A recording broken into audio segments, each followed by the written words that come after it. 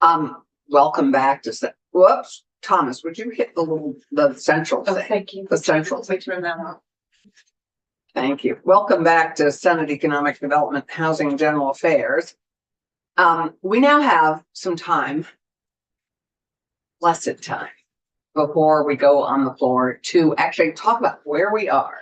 And I thought this was a good opportunity for us to look at what's coming at us, figure out what we want to prioritize in the second half of our session.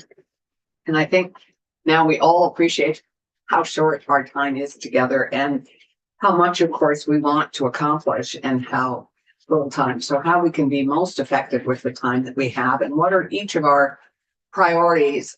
We're just getting there are many more bills that are coming to us. And I can share some of those, but we'll address those as they come. And I think after crossover is finished, maybe as we look at what has come to our committee, maybe Tuesday or Wednesday, we will have a fuller sense. But we know we're getting a big housing bill so that we can build on some of that. We know we're getting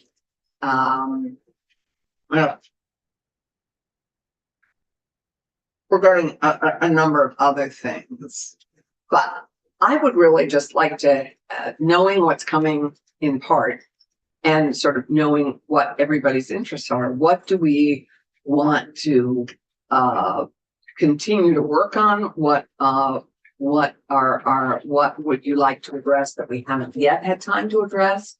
And what do we want to begin to address that may be longer than just this 6-8 week period, but maybe a whole maybe a biennium issue that we want to just keep working on, something big like affordability, which is a huge issue, a big subject that we want to work on over time. So I think we have this gift of an hour that Heidi and I just thought would be good at this point, just post crossover, for us to sort of take stock of where we are and what we want to keep working on, because we left a bunch of issues, for example, from the housing bill. We left a bunch of things that were thornier that we hadn't landed on.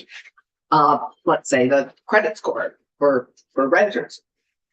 Is that an ongoing issue that we want to continue to work on? I got it. Stuff like that. Do we have a list? I mean, because we like my brain doesn't work well with just like recalling all the things we talked about. Sorry. We had a lot of things, and I'm hoping some people just kept. I can actually make a list. I can do that. I did not do that to prepare for right this moment. I apologize. I was sort of letting it be free form. I think we're making the list right now. So things that come to my mind is one, I keep hearing about appeals and what came from the House. I hope we get those, but that's where I hear from many constituents we need to look at the process for housing. We are getting that. That'll be in the housing bill. Well, I guess if we're just pulling whatever we can out of our brain. Well, the credit score, how do you feel about keeping that conversation going? I feel good about that. I have a whole bill in natural resources that they seem pretty committed to take up. Right. That has the other half of this conversation. Right. Okay. I believe, the one that doesn't cost us anything and actually saves us money, to make our laws make sense for housing development.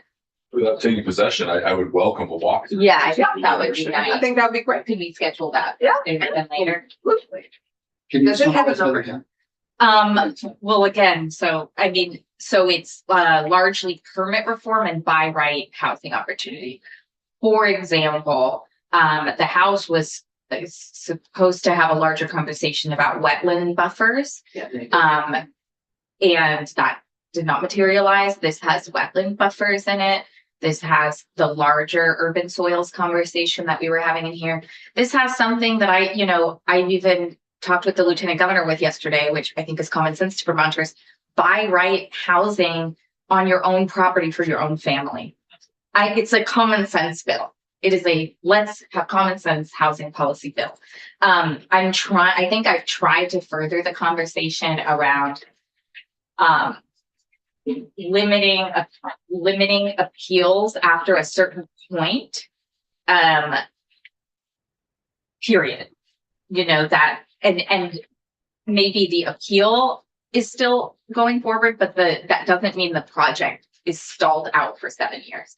So it's things like that, that I think are honestly, in many ways, with a tight budget year, the more important place to spend our time, because we're not going to put $45 million for housing. I have the impression that a lot of this too is what I believe Commissioner Farrell had included as part of what he was proposing. This is the good stuff. I am really enjoying this committee. I love being on this committee. My first ask was natural resources, because I see what Senator Ron Hinsdale. We won't be offended. It's all good. Because this is what I see as the bigger obstruction to economic growth through housing, making it easy on a regulatory front to build housing in this state. So I'm optimistic. I'm glad to hear that you're hearing that natural resources is going to take these things up, and I'd certainly welcome the walkthroughs so that we can advocate in the right. Yeah, ways. absolutely. Happy to. And you remember what number it is? No. Okay, we'll find it. So I agree with you. So we're on housing. Right, this is housing related. Yeah. In the first week we were in here, we received testimony from a variety of folks. And I've been trying to find who promised the timeline and cost impact of why construction in our state is $100,000 to $150,000 more per unit Mhm. than our neighboring states. That was Kathy Byer and Evernorth, who has this perspective of, because they work in 3 states. And Zeke Dixon. And Z.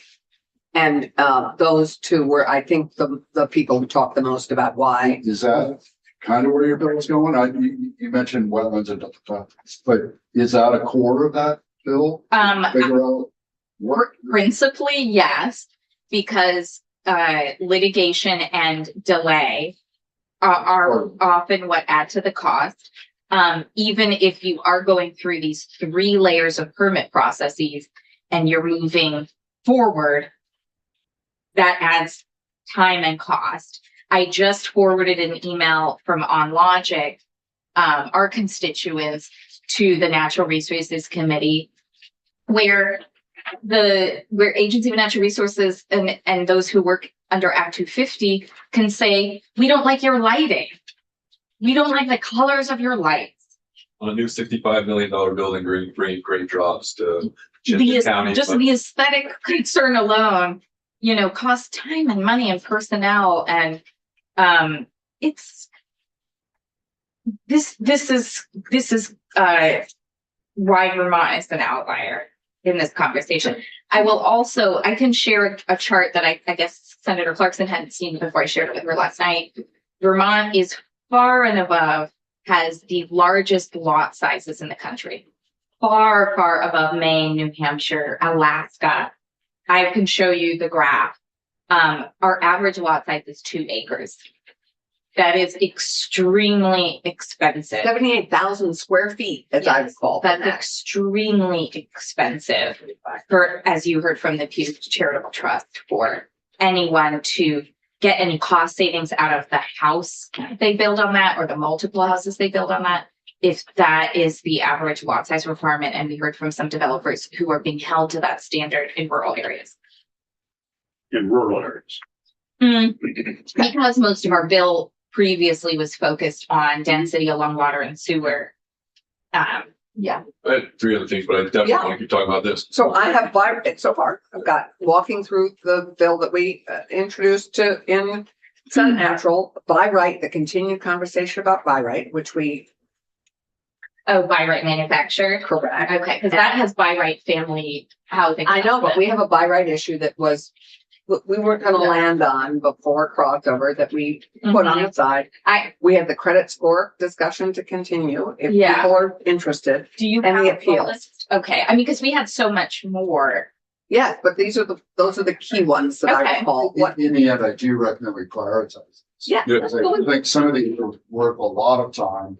Some of them Yeah. can't fall by the wayside if they don't address the big issues that we're. Yes. okay, so on the housing front, what do you I want to feel make like? sure that, again, that we do some sort of analysis on why our costs are 100, 150. Yeah, okay. Yeah. And I'm not, if that's in your bill, Mhm. great. If not, that's a huge Okay. priority. Otherwise, we're So spinning our wheels. I spent the last 6 months out of session asking people for all of their ideas for how to lower the cost per unit. That was the historic preservation question, which I'd like to continue, the building energy codes and permitting. And we've touched municipal permitting, we've touched Act 250. The third layer of permits is A&R. So a lot of, because I was trying to let the Act 250 process and municipal bylaw process play out, Yeah. except there is cleanup in this bill too of those two where those two layers of permitting where I feel like there's some gaming of compliance. So other than that, the rest of the bill is focused on the other elements of A&R permitting and other blockages in the development process that cost money. What about the duplication? You said, you ran through the 3 layers, but Yeah. does that bill look at those processes to Both, adjudicate which ones are necessary, which ones should be removed? I would love to have that conversation always, because the last 2 bills that we did also tried to limit duplication of review. It Yes. basically, Duplication of permitting. so there's cleanup language in that bill that's about our exemptions that deduplicate review and extending and widening those exemptions. That's also supported by the administration. So I would look for any opportunity to engage in deduplication. If we ultimately can't limit people's access to court in some ways, then that's why I'm getting at, if you're doing a duplicate review and there's even been a vote in your community, then you should be allowed to build the project while it's under its third. Right, you said that like 15 times. Yeah. Because that adds to the cost to stop it for another few years. So 3 additional issues and then any additional housing stuff, and then I'm gonna shift to economic development and some other things. I like your prioritization. And to me, the biggest priorities is with the bill that Keisha was just talking, Senator Rumpkins, I was just talking about, as Yeah. well as the appeals. The other things that percolate, And appeals are coming Yeah. in, and Mark Mahaly has some very good ideas about this. I now have language. Can we talk about what they are? But he's coming to discuss that on Tuesday, Wednesday. Okay. I didn't think they were proper. I'm not gonna represent him. He's gonna represent as a lawyer who's done a lot of this. From an earlier conversation in this session, I now have language regarding PACE, so it's Property Assessed Clean Energy Projects. It's a financing tool that it is currently on the books for allowed for residential, but not commercial. In 32 other states do have it for commercial. It's And property I think you'll assessed. like this, clean energy projects. And I think you're gonna like this. I think you're gonna like this too. It's just a way to spread the cost of clean energy investments over the life of the asset, having those who own the asset pay. I actually have a problem with this. Okay. And it's come up twice in my personal purview. Because it sounds like a really good idea, but the banks have warned us against this for exactly the reason that it becomes extremely difficult to transfer title and possession when you buy or sell a house. And many of these companies have gone into bankruptcy, and you're calling pretty much a collections agency to try and get, so it almost cost my parents selling their home in California, which boasts having a really strong PACE law and solar on every roof.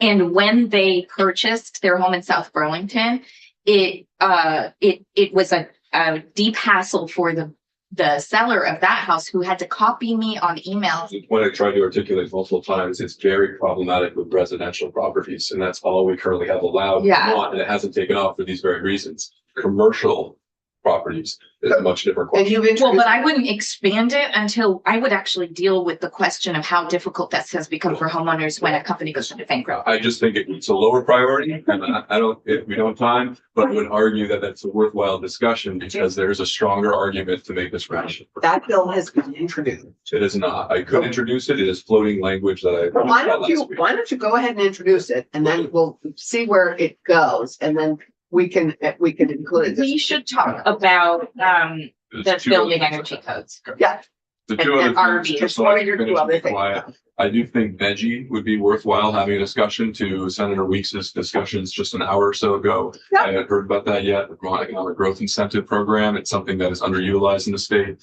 lower priority. And then the last thing, which has percolated a few times, is I see Italy do this a lot, agritourism. There's Oh, just things we I have don't know what we're strong, yeah. doing, and I know, I'd like to know how we could do it stronger. Those are on my list. So for your last one, Yeah. I have a bill that is in Senate Agriculture that I have asked the chair for the last 3 weeks if I could have time to present. And it's on farm businesses and not we need work to work on. The other thing, Senator Jinton, that's important to our constituents that actually have operating farms is they not be turned into facades of farms. So they're dealing with a lot of local municipal regulations saying here, You've turned into what? I didn't hear that. facades of working farms. You have to have this color fence and you have the strengthening right to farm at the local municipal level. So you're next door to a purple barn.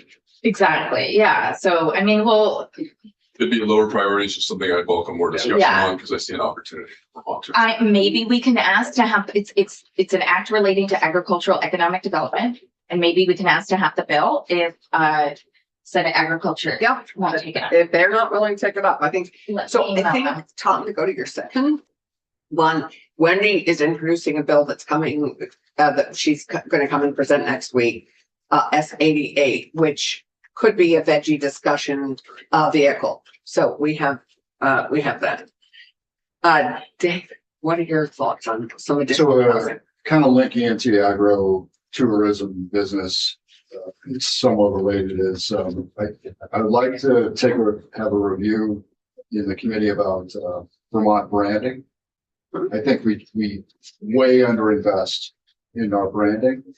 And if that's an element, it's not an element that it grows, the tourism industry potentially, but it also has net effects on attracting industry, attracting students. I mean, it's across the board. And we took testimony in education last year on the topic, and I was astonished at how little we invest in Vermont branding, how little we invest in markets, our state, in any market. Period. That will be music to Heather's ears. Okay, branding. There's one of your questions. I think that's not, I'm gonna put that under economic development if I could. It is. Yeah. Yeah, I didn't mean to jump off. No, that's okay. I'm just including it in, I have three. We're brainstorming, I love brainstorming. Yeah, no, this is just the big brainstorm, but I was trying to, at least initially, any additional thoughts on housing or do Yeah, you think? we've so got- I'm trying to figure out how we incentivize restoring these atrophied houses, for the moderate to middle income bracket. And what kind of houses is that? Atrophy, So, abandoned. so vacant, blighted, non-code compliant, the housing we're trying to affect Yeah, with so- the, Roughly 1/3 of the cost of new construction. Oh. How do we incentivize folks to bring this back to the market? well, And again, I know it's a 4-letter word, but I brought it up here before, but if we're really trying to exercise, if we really have a housing crisis, using eminent domain, capture these units back, put them back on the market, incentivize the restoration of the house. And there is a house at 1/3 of the cost of new construction. so I am happy to get some testimony on why and how we don't use or do use. I don't think I've ever heard eminent domain used in housing, definitely in public roads and projects, but happy to explore. I think we've actually invested quite a bit in VHIP. So we have identified low hanging fruit. Targets a certain population, as you heard, Yeah. 100% support. Yeah. How can we It's the do next more? range above that. Well, why does it all have to be homeless or low income? Why can't we incentivize these landlords or owners of these properties? These, again, in my county alone, over 2,000. How do we incentivize those folks to bring those back in the market? Well, I think in all fairness, we are, and the change in the Well, rule. we're not seeing that change though. We are seeing that. You may see that we're throwing money around, but the net effect in my county specifically, we're not seeing a big change. We're seeing, it's a couple properties. We have, good landlords that are buying up properties to bring it back, but it's such a minor percent of the total problem. So can I make a suggestion? Sure.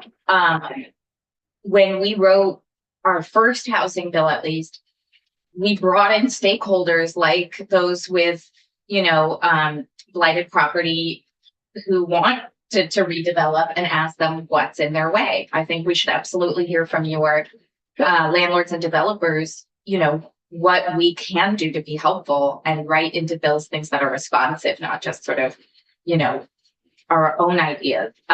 So I really appreciate that suggestion.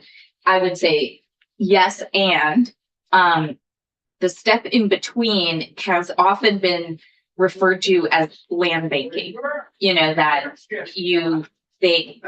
municipalities often have blighted property with very absent landlords. Maybe it's already in tax sale, et cetera, and they are still limited with what they can do. So we keep circling around something similar to eminent domain. What tools can we give municipalities to do something?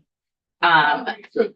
So we should have that. So I use eminent domain as for shock value. Great. They got your attention, right? Everybody's like, Oh, it's had. Yeah, it should have happened in some flood prone area. You mentioned it in January, and I appreciate it. And I think that towns, I've watched Springfield have to address houses like this, and they've ended up having to buy them to then do them. And I think there must be some other in between, a way that Yeah. after a certain period of time. municipality doesn't need to be in the purchase cycle. They Exactly. need to initiate the So opportunity. I'm very interested in this issue because I've watched a town have to deal with this at a scale, which is very frustrating. And I know Rutland has had to deal with this. Anything else on housing? And if you had some ideas for who our witnesses might be in eminent domain, I will ask Alex Farrell and Yeah, let me- AOT people, but yeah, and will certainly reach out with questions. Anything else on housing? Housing. Can I mean, it's nobody's full jurisdiction, but there was a very prominent press story cited in one of the last major flooding events about a conversation related to eminent domain in Waterbury to take part of a farm field Oh, I remember this. to create a basin essentially Yes. and preserve housing downriver. Floodplain. I think it would be very interesting to hear about the last time eminent domain was very much discussed between the state and the landowner and what happened there. Thank you for remembering that. That was and I don't know what even the resolution of that is, but we can ask Teresa. I just have newspaper articles about Yeah, it. yeah. Okay, thank you, David. Let's have that discussion. That is the last time I remember that for housing. I didn't think of one other thing. That's, it's more of how do we adjudicate a huge negative? The huge negative is 3-acre impervious surface rule. And that's so counter business and so counter landowner that it's, you know, to the point of, you know, how are we artificially adding cost to our development? Well, there's one right there. We really need to look at that. Mhm. The huge 700 properties in Rutland alone affected by the 3-acre impervious. Yes, and Natural Resources is committed to take it up next week. So there's progress. The House passed some of the language from my bill into a new bill, and I'm presenting S24 Tuesday morning, but certainly bringing that into this conversation, be happy to do that. Yeah, and it's, I think it's a conversation. Let's see what we get from the House to build on, but that will be in Senate Natural. But I think we can lend our support for that work because it's critical. That's exactly. I'm not saying we should take possession of it. Yeah, I think no. we should put our fingerprints all over I it. think the more we talk to the Mhm. chair and our members of that committee, that is a concern in our particular district. 700 properties, that's a lot of property. That's one town. Right. Oh, that's just in That's in Rutland. Rutland. Yeah, no, oh my God, I don't even want to. Speaking of a member of that committee, he's just appeared. Were your ears just burning? Natural resources, you want to lay your bills. Look at over your conversation. Jeez, that door always shocks me when he closes it like that. Randy, any other housing, but before we shift to economic development and Well, labor? I'm on a different plane. And what plane might you be on? Are you on a private jet going to Portugal? Where No, I'm really thinking a lot more about principles for the way we are approaching things rather than the details of what it is that we're approaching. And these are just some common thoughts that perhaps we can apply to what we do. Yep. One is measurement. Yes, There's an awful lot of what we do. The measurements are not consistent, they're ill-conceived, or they're missing entirely. The second is time. as we look at a lot of things that we do, time is the major element that in some ways needs to drive a lot of the things that we do. As we talk about permitting, for example, time is the issue. The time is the component that's slowing down our ability to achieve some major objectives, like getting housing built. And putting time and looking at every aspect of what we're looking at and how long does it take to do it and why? How can we slim that time down? You know, we put this thing in yesterday. We were talking about these TIFs, project-based TIFs, and we're going to go back and look at it 10 years. 10 years. Yeah, it takes a while And for we're them to dealing actually with happen. an emergency. I mean, I think we're probably going to talk about it every year. Well, we're going to talk about it every year, but the whole issue of it taking 10 years Oh, to get to the point to okay. have enough to be able to look. Oh, I thought you meant like we won't talk about it for 10 years, No, but no, you mean no. we won't have data for We don't 10 have years. any data. We'll have data every year We'll have because data, Pepsi but provides the whole data every issue year. is that we're going to go back in 10 years and see if this all is working. Something to me is missing.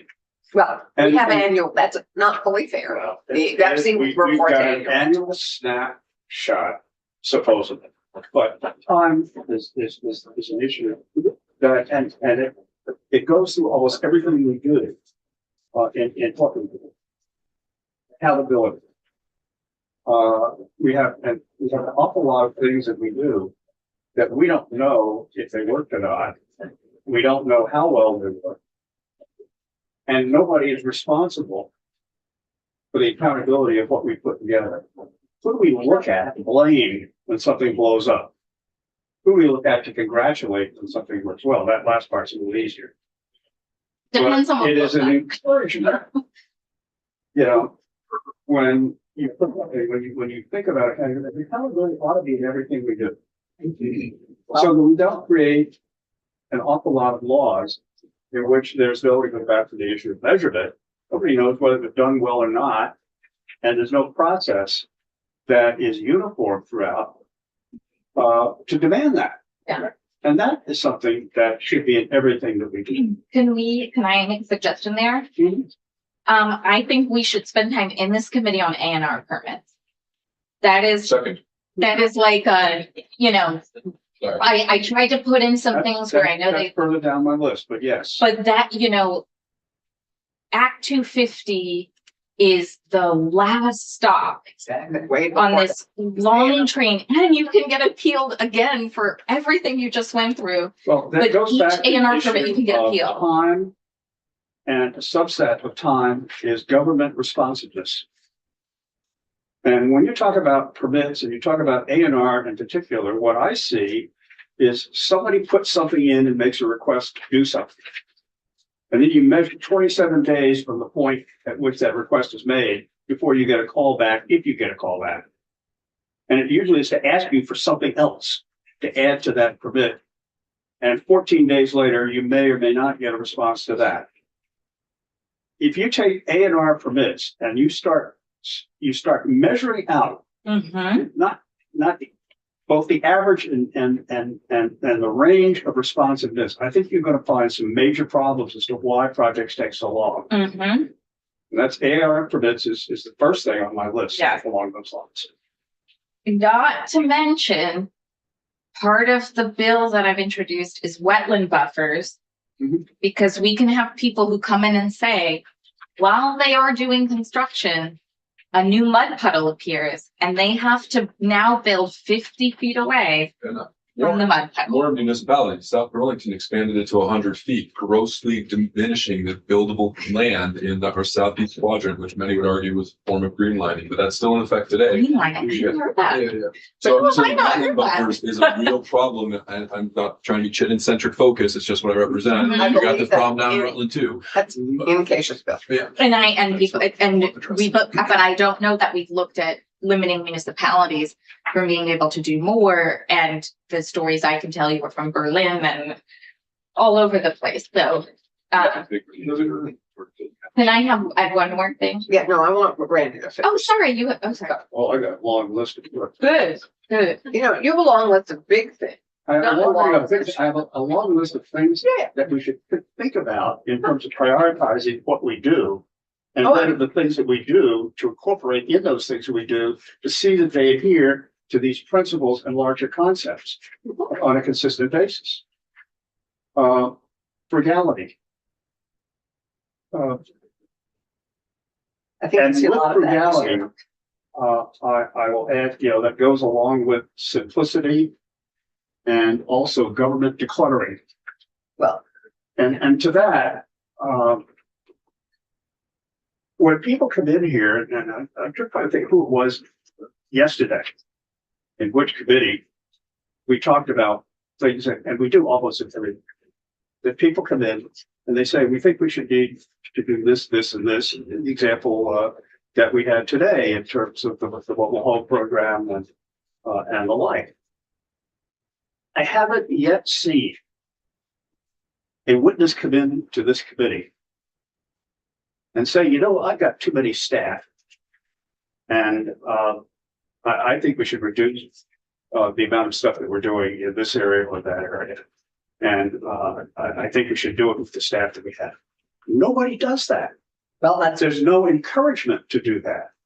Even And that encouragement, sadly, Randy, I don't agree. I think the budget is encouraging them to do with what they No, I have. And we hear so. time and time again, it's inadequate. we need additional people because we have to do A, B, C, and D without taking the time to think about it. never repurposing. Yeah, how we can do it better. What kinds of things will we stop doing because we do this? How can we use artificial intelligence and other tools, automated tools, in order to reduce the labor intensity of what we do? Nobody talks about those things. And those are critical things. I hear you. I would just say, I do hear people do talk about them, and I would just in defense of administration and staff, I think they are. There's a lot of really good effort on many fronts Yeah, trying they're to over it, incorporate them, but we should hear more about it, that's for sure. I think we should hear more about it. Yeah. And again, I keep referring back to Parkinson's Law. And there's a particular chapter in there that talks about how government grows and the labor intensity of doing it. But because of the way we do it. Sure. And it is worth looking at, but it has to be in the back of our minds with everything that we do. That it's these principles that make this so difficult. And makes it so difficult also for our constituents, because when we do things and we say, well, we've got to add something that adds a degree of complexity, that adds another form, that adds another point of review, that adds another agency to get involved, all of those things make it more difficult to live in Vermont. I hear what you're saying. In Parkinson's law, work expands to that which you budget or allocate time or resources for. Right. Is, I think, Thank you. I was about to Google it. So my point to that though is I respect this process and what we do, but we are generalists that with certain roles. I really look to the administration and the governor's budget. And when he comes forward with, percent increases approved at certain departments, that's where I think a lot of those discussions need to be Well, the happening. discussions though need to be had in our committees by saying why. Okay. Can I? Did you think about using technology to accomplish this? What part of this do you find to be particularly labor intensive, and what thoughts do you have to reduce that labor intensity? Can I share And forcing example? them to think about it and tell us their thoughts. Can I? Second. Could I add to what Senator Brock was saying and an You may. example that you just wouldn't have been here for, and I think we need to revisit this. When we try to get at the A&R permit process and how confusing it is and how onerous it is, A&R came with, we have a concierge service to walk people through that process. I haven't heard from a developer that has helped them speed up the process, that they know even that exists. You need to That we simplify the added process. more people to tell you, I'm so sorry this process is the way it is. Let us emotionally support you through that, frankly. Again, I just think of the consulting Yeah. that I've done in past years, and the classic example is and this was in another state that affected Vermont, a company that was a beer manufacturer, and they made beer, and there was a point in time in which some of the beer bottles that they had on store shelves had remnants of rodents in it. They were convinced that they were being sabotaged, and this was the reason behind it. And so in doing the investigation and the details, we talked to the CEO, We talked to the supervisors and managers, the VP in charge of the area, the particular plant that was involved, and the people who were managers and so on and so forth throughout that plant. And then we talked to the individual workers who were working on the machines. And at one level we had, this is a problem, we're being sabotaged. This is something we see, we're seeing frequently and very, very concerned. To the guy on the machines, we see it every day. And we stop the machine, take the thing, throw the bottle out, get rid of it, and so on and so forth. And other the different perspectives of people at various levels of management. And we talk to commissioners and we talk to department heads and we get one view, but we never talk to the people who are on the line doing the work, who may have very different view, sometimes difficult to say, and sometimes those discussions are private and based on input you get, but you get often a very different picture of what's actually happening. And we have only one picture typically. That's why when you say that notion of talking in public meetings and public hearings and getting to the public directly I agree. is an important part of this process. So to that end, we're having next week, I just want to remind us all, we're having a public hearing and a joint hearing with the House on Vermont Manufacturing Day. And so we will have some of that next Wednesday from 9 to 12. And I would just remind us that we have a chief performance officer. We have Justin Kenny, who took over from Sue. And I think these are questions we need to ask him. They are. How we, okay, I'd like to have If Justin you in. remember that the chief performance officer was. Can I just want to finish my sentence, which Okay, is, sorry. I would, to your concern, which has been a concern you've had for a long time. I would really like to ask Justin how we can roll out a consistent way that across state government, we can add measurement as how can we add these things in a consistent fashion across state government, so that we're not doing it as Absolutely. and because I do think many of our departments are measuring their work all the time. Our reports, the presentations we've had, there's a lot of measurement included in there. But I think Justin is a good person for us to have this conversation with. Justin would be a good person. Yeah, no, and we're gonna have him come in. And But if you recall, we had this committee for government accountability, and it fell on its face. And it we still closed it. exists. It Well, hasn't been no, we disbanded. closed it. We closed it. Has it? Yes, the Committee on Government Accountability, we ceased its existence. And then we created a summer government accountability committee that was supposed to go back and do an analysis of how to do this. And I was co-chair along. What happened with that? We did the report and it went to government operations and they did nothing with it. Could I say something? So I remember I was on GAC for like a minute. And we had that list of our metrics or our values.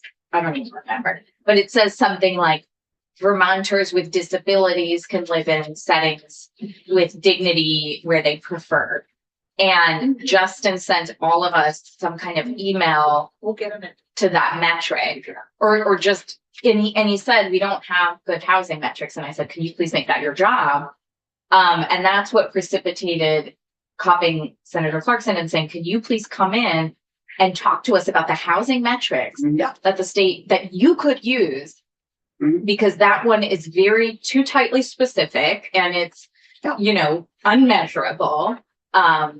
Even though we know we're failing on that front, but we're failing on all housing fronts. So what are the three metrics that the chief performance officer would use to measure success, and how do we keep And how do we apply it consistently? But we also know that we need 7,000 units per year. Right. That is the one metric we do have, is vacancy.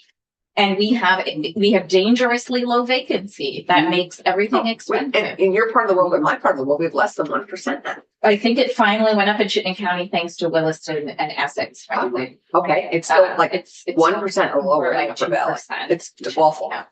And as a result, a lot of it. But thank you. I think all of And there those things are a are. lot of detail, by the way, in the report that was presented to GovOps last year. Yes, and I would like to have Justin come in and talk about all. He wasn't particularly involved in any of this. He was absent. But he needs to be more involved because I think Absolutely. That's part of the problem. yes, well, let's include it. So let's help be part of the solution here, which is part of what we're charged in my But an awful opinion lot is part of the of solution. work that, that I have seen coming out of that office has been aspirational and desirable, but nothing practical. And the practicality needs to be in the bills that we produce.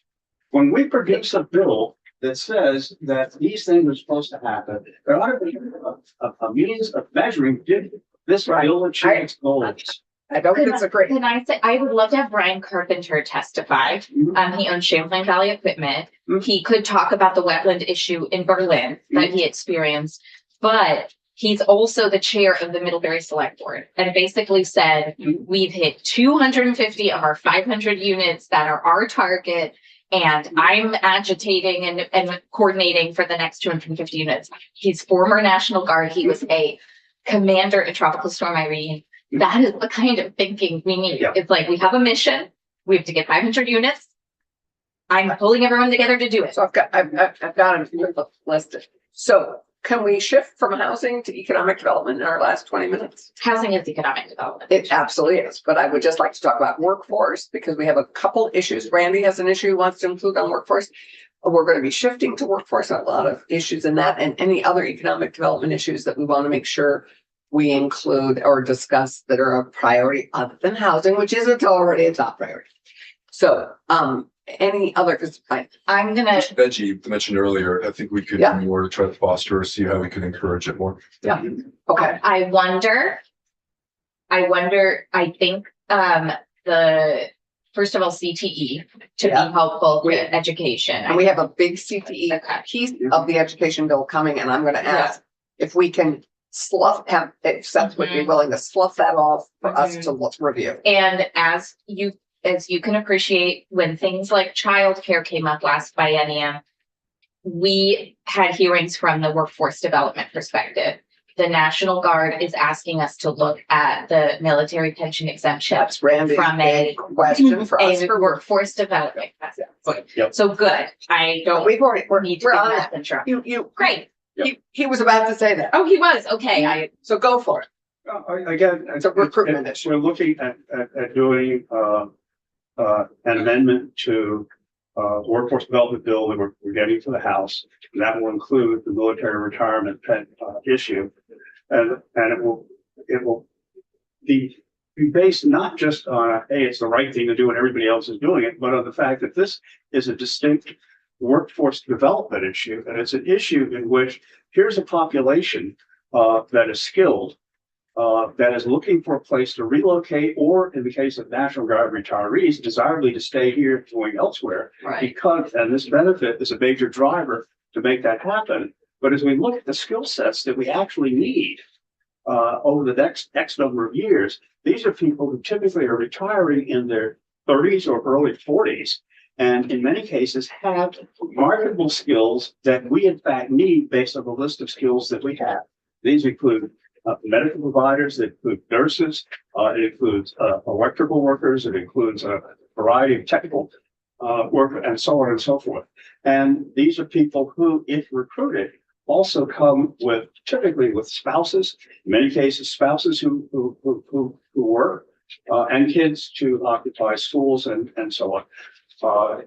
Much of the work of people that we're looking for, and in looking at where to the retirees that we want, it's not a case of passively passing this tax bill and waiting for them to arrive. It's a case of matching it, marrying it with things like our tourism industry and our economic development functions to go out and remove them and to look, again, what the National Guard was doing, for example, and looking at people to recruit. And when we said, well, what do we need are medical skills? They were looking at Camp Drum, which doesn't have a hospital. Right. So the notion is focusing it on bases who have tons of people who retire every year, often are bases that have people with specific skills that are base related, that's where our focus ought to be. So it'd be on recruiting people that we want. Yeah, that would be great. And in addition to Greg Knight, to come in and testify on this, I would love to have some additional, if we have contacts with and anybody up there in YouTube land who has a recommendation for military professionals who, what, how, Well, Brian Carpenter is a threefer, because he's a retired one-star God. general. right, And while he, for some people, they're not doing it because of a personal impact, but their community of retired military, And are. when we had testimony on this, 2 or 3 years ago, we were able to identify a number of people who fit the kinds of patterns that I'm talking about. And we're going to get more, and we're doing some stuff with NCSL to look at what Okay. specific other states have had. We also, we have a number of constituents who've reached out to us if you wanted to just give us a- invite brief comment. that would be great. So that would be you're great. planning, in terms of your plan of dealing with that bill, what's your timeline? Do you have one at this point? We have a timeline of now through whenever our deadline is. I mean, we have, I'd love to Do you have get any it. idea what the deadline is? So we know I what the haven't range really, is? we are just beginning this Yeah, I conversation. know. So our deadline is, I would love to get it out when our work is, we think, done, and ready to send it back to the House. Okay, Because they've sent us a workforce development bill that we're gonna build on. okay. So, I hear veggie, I hear military, CTE, Green Mountain Promise, and some of our, loan forgiveness programs. I'd love to review how they are doing when you talk about measurement. And, because we've invested a lot in loan forgiveness as a workforce development tool and a retention tool. And, I'd love to sort of have an update on some of that. I'd love to have an update on our dental therapy program, which we've spent a lot of money trying to set up, and why it isn't progressing at VTC. And Marcotte and I are going to have a first conversation about that to see if it's worth our having a fuller conversation. But we've invested quite a bit of money in trying to develop this profession here in Vermont, and it's hit a bunch of obstacles. So I'd love to just kind of go back and review some of the things we've invested in and haven't gotten very far in. Adult ed, some workforce development issues around adult ed, and anything else. Tourism and marketing I have on our economic development list. I'm getting Heather in for further discussion. Tom and I had a great visit to Global Foundries on Monday. I don't even know what day. On Monday. And the Tech Hub, the Tech Hub is probably the biggest everything economic going right now. And we should hear an update on the Tech Hub. Our tech, which tech hub? Because they we have several. Well, the Bring- one that just bring- got $40 bring- million. bring us- Yeah. Bring a set of them in. Yeah. All Yeah. be Burlington. No, it's UVM has a statewide charge, but you're right. There's a lot of Chittenden County partners because of Global Foundries location. Right. We have one in Springfield. We have one in a couple in, we have one in Rutland, and we have one in UVM. So let's pull those together. It would be great to have an update on where we are and what needs there are in our high tech world. But yeah, and also, I mean, they just got a $40 million grant. That's very exciting, and we should hear. David Bradbury, is this all under David Bradbury's? No, it's under well, it's under a few different people. Doug Merrill. Yeah. And Okay. so this is semiconductor, Right. Specifically. Okay, and then VSET, it's always good to hear from David and have an update with that. And David, if you'd be kind enough to remind us and get the name of the Rutland base. Lyle Jepson, Oh, it's Lyle. Okay, great. the latest in records. Right. Very Yeah. actual program. Yeah. Would you just try and pick his brain in the next few days about who, if he was wanting to attack it, and I'll get Matt done, and we can do that for our part of the world. Great. Next. So additional issues in our jurisdiction, because I think we're all beginning to appreciate how big our jurisdiction is. And I think we have done a good work on labor and we've gotten it to the House. We'll be interested to see what the House does or doesn't do. Is there anything on labor that we're wanting to continue with that we didn't land? Again, my brain's not going to work, but school employees So unemployment. my gut from our conversations was that the school support staff and the UVM organizing, both issues we should maybe back burner till next year until we sort of wade through the challenges of education costs at the moment. Because to be adding to education costs I think this year is probably not a I wise agree. move. As much as I might support that effort.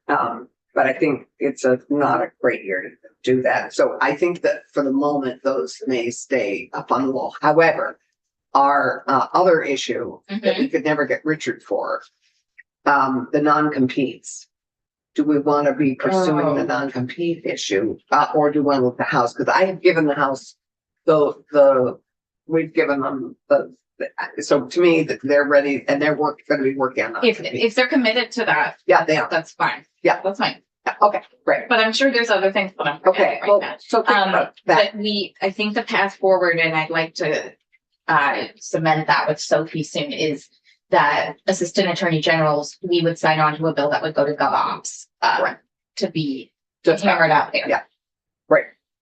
And the other hanging labor, I think actually we're in pretty good shape on that front. I'm sorry, I'm just trying to understand, when you say we would sign off on a, Well, Okay, anyone go who ahead. Anyone who wanted wants to to sign sign a on. bill Okay. with a standalone bill on AAGs. so you do the AGs as a separate bill as we talked about, To go but to it would go to GovOps. Yeah. If you want to sign up. If you want. Yeah, exactly. So. And so we also have consumer protection. We'll be doing data privacy bills in motion now, and we'll get back from the House. We will be able to be involved in that, which is great. But I think consumer protection, are there other consumer protection issues that have bubbled up other than data privacy, which is such a big. I always keep a list, so Junk fees. yeah, I have that on On my my list last. Have you introduced a bill to address that? I introduced a single bill, last 2 years, I don't know if it was last year, the year before. And it was really focused on junk fees and hotels, but I know I've spoken about the fact that the profusion of junk fees that are around, particularly the resort fee is one of the large ones in which some hotels, and they're typically the upper end hotels, add fees that are not easily disclosed in their advertising. You see a room rate for $169 a night, but it has a $35 resort fee, it has a $3 heritage fee, it has a whole bunch of Right. fees. So non-disclosed. Not clearly disclosed, the fees that are in the fine print and Well, if you- are not fully disclosed to people when they sign in and. If you could work with Rick Stagel and just find that, or Yeah, Kirby, I got the bill. it was with Kirby Keaton probably, to find No, that it bill. was gonna be for it, but I've got it. You have some consumer protection. I'll just run through things that haven't come up. It sounds like there's a very small paid leave tweak. Oh, we're hearing from that next week. Okay. We're hearing they passed an expansion on unpaid leave, and we're hearing from Emily, who was the Emily Krasnow, and I can't see where it is, but we're hearing from her soon, as I recall, Heidi, aren't we? we are. Wednesday. Thursday, 461. Yeah. I think that's Emily. So, yeah, Okay. we're going to hear from that. The baby bond pilot, I think it would be great to hear from the treasurer. They just announced that yesterday. Yep. Yes, right. I'd still like to, I don't know if this was said, but I'd still like to follow up on minimum wage conversations. I talked to Russ. And we're going to have a joint Oh, okay, hearing great. for ag minimum wage. That is, Oh, hey, baby, Great. just check. And Great. also, if we're going to talk about that, Yeah. I would like to continue the conversation we all raised, because we all signed on this together. The S67, the livable wage. I mean, we're going Okay. to go to David's issue, which is one of our big issues we need to be addressing, Mhm. how we make Vermont sustainably affordable, right? This is one of your big issues. I think, you raised that. I think I heard you raise it. So for me, there are two sides to that issue, what things cost and how we can help reduce costs, but also how we can encourage and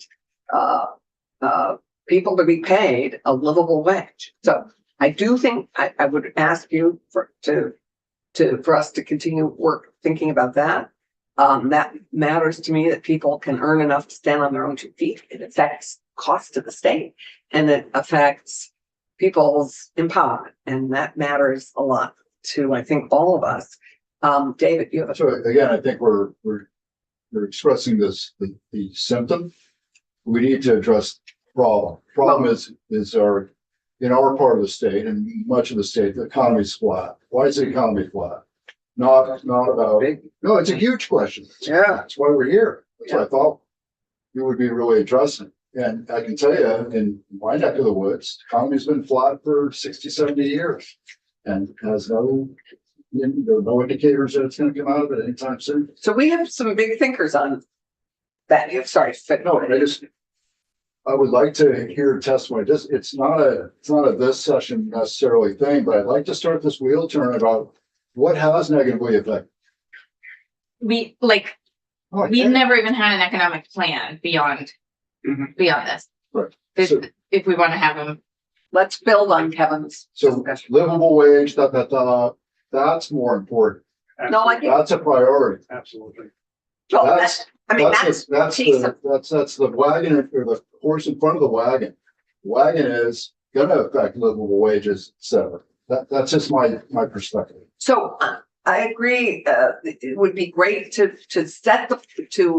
get a really clear picture on that question. It's not really why the state of the economy, and I think Kevin would be a big thinker on that. I think there are some some professors at UVM that would be helpful, and we can suss those out. But I think the state of Vermont's economy would be a great morning session if we could get 3 or 4 really big thinkers on the state of Vermont's economy. And And also diverse thinkers. Randy, we try and bring in diverse thinkers all the time, but we are as good as the people that are brought to us. So if you have thinkers that are not, you think, I mean, we don't try and just bias thinkers, try and get thinkers and who think fully and wholly around an issue. So I think I'd ask for us to begin to brainstorm who those people would be other than Kevin Shu. And there's a great It's not professor. that I'm saying that Kevin is not a good thinker, and I think the work that he's done there is very good. Great. And Paige, you had other things. Trades. I think we need an update on the trades And we're and the going to health of the trade. Yes, and I think we would get that a bit, we can, yes, but we'll build on that with, both CTE and our VMEC day, the Vermont This Manufacturing came Day. up last night. I would like to talk about property and casualty insurance affordability. Yeah. It's just, we need to better understand why so many insurance markets are failing. And this was my philosophy sort of coming into the session. There is no finance is the hub from the policy committees for insurance, but health and welfare does health insurance, judiciary does car insurance, and then those go to finance. I think our job is property and casualty insurance, which is half of the market. And I think we need to better understand that as a committee and why things have gotten so expensive and so, have no outcomes that don't give people the resources they need. One of the questions is, we know that our health insurance rates are among the highest in the nation. Are property insurance rates among the highest? That's a great question. I I mean, don't know. we've only touched on this in committee when it gets so expensive that it's almost infeasible, or Yeah. the insurance market says we don't really care about Vermont, like liquor liability and that's probably gonna happen with flood insurance. There's just certain areas where they have every ability to pull out of a small market like ours. By the way, in terms of just underlying issues, it's at some point that needs to be addressed is whether or not more interstate compacts in certain areas might be very helpful to a small state like Vermont. If smaller states would get together for common insurance practices, for example, they may get the leverage that large states do. Yeah, We and talked about just very fleetingly in the past. that's a great idea. We talk about that in terms of licensure a lot in GovOps, and we will have that again with our OPR bill, Mhm. our Office of Professional Regulation bill. So we addressed that with somebody. To that extent, I had been talking to DFR over the summer and fall about flood code and flood insurance, and something Alabama has done to pilot stronger reinforced flood resilient homes that are then eligible for flood insurance at lower rates. And we should mention last night, the treasurer calling out Yeah. the standard by which in the 23 flood in Montpelier, the two places that were in the flood zone that were not impacted are the two buildings that actually actively were built to withstand a flood, which is the rental housing behind the Capitol Plaza and the bus station, all of which was was not, no problem. Right. And DMV, which was totally retrofitted and flood proofed, and again, no damage. So we can actively prevent costs in the future as we prepare and build in resiliency. So I have one more thing. So yes, these are all very important to me, and I just hope we can spend time on really big picture things as well. We've got to. I never like a one minute bill. But the last thing, and I've been talking to other senators about this, is better understanding property categories, because I think our for taxation purposes. Well, for taxation purposes, and also, for example, you look, there's a handful of communities, and our committee has been trying to look at this. There's a handful of communities that have extreme experiences with short-term rentals and second homes. This Colorado faces the same thing. Their ski areas have a much more extreme situation in particular counties, which we don't have county government, rather than making statewide policy. I think if we are looking at land use and property categorization questions this year, we should look at the possibility of trying to set a threshold to give a little bit of a kickback to our extremely impacted communities to build affordable housing. So Stowe, the Mad River Valley, etc. Woodstock, maybe. I mean, but I whatever the threshold is, Maura Collins could help us with that. Absolutely. There are other senators who are very interested in this conversation, because there's a very unique spiral that these ski areas and high vacation rental areas are in that should be treated, in my mind, separately from a majority of places where they're just part of the fabric, and your short-term rental might be something you use to make income in an owner-occupied way. I agree, and I did not put short-term rentals on here for this year because, as you know, it's always an issue I'm interested in and concerned about. And I think we are getting, I believe in the housing bill, there is a short-term rental provision. I was sort of just going to wait as we walk through it to see that, but maybe that is a place we could look at this. Okay. I also, while we're still on housing, another concern, as we look at the incredible growth of, well, it hasn't been an incredible growth, but a steady growth of seasonal ownership, and how we can incentivize. I would just love to figure out a way we can ownership. Seasonal homes, second homes. Oh, As a okay. negative or a positive? It's mixed. It's mixed.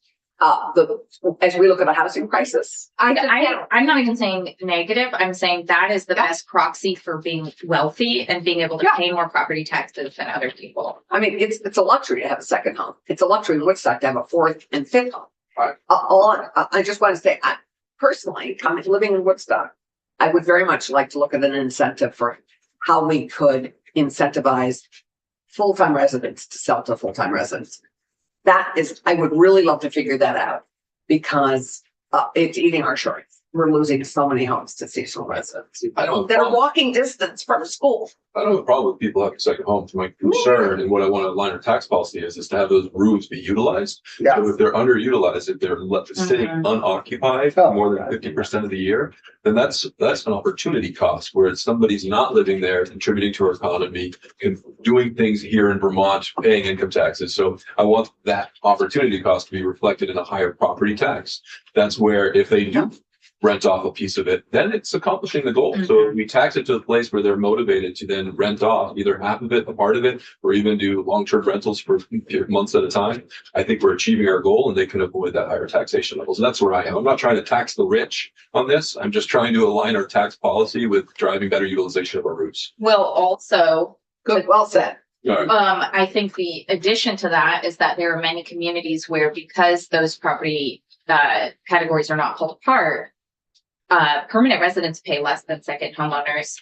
Now they do not, and initially that was not, as you know, that was not. Right, but not it's having become- those levers make housing policy sense has been a problem, and it's an our committee problem to pass on to finance. And And the problem. our housing policy should first and foremost help people stay in their primary residence and afford their property taxes. So if that's our public good that we're driving towards, then we should have a say in the tax policy that makes that. And I would add to that,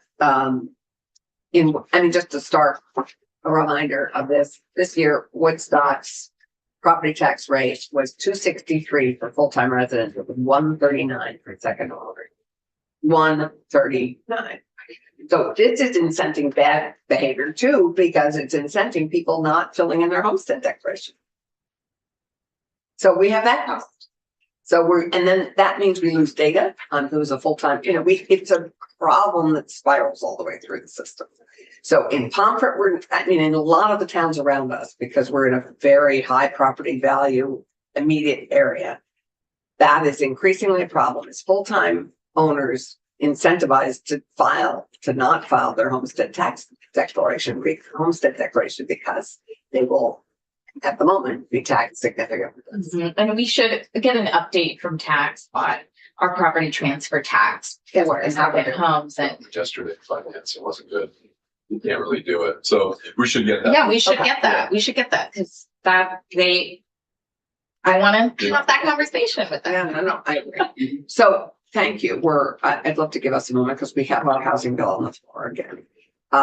Thank you. This I thought was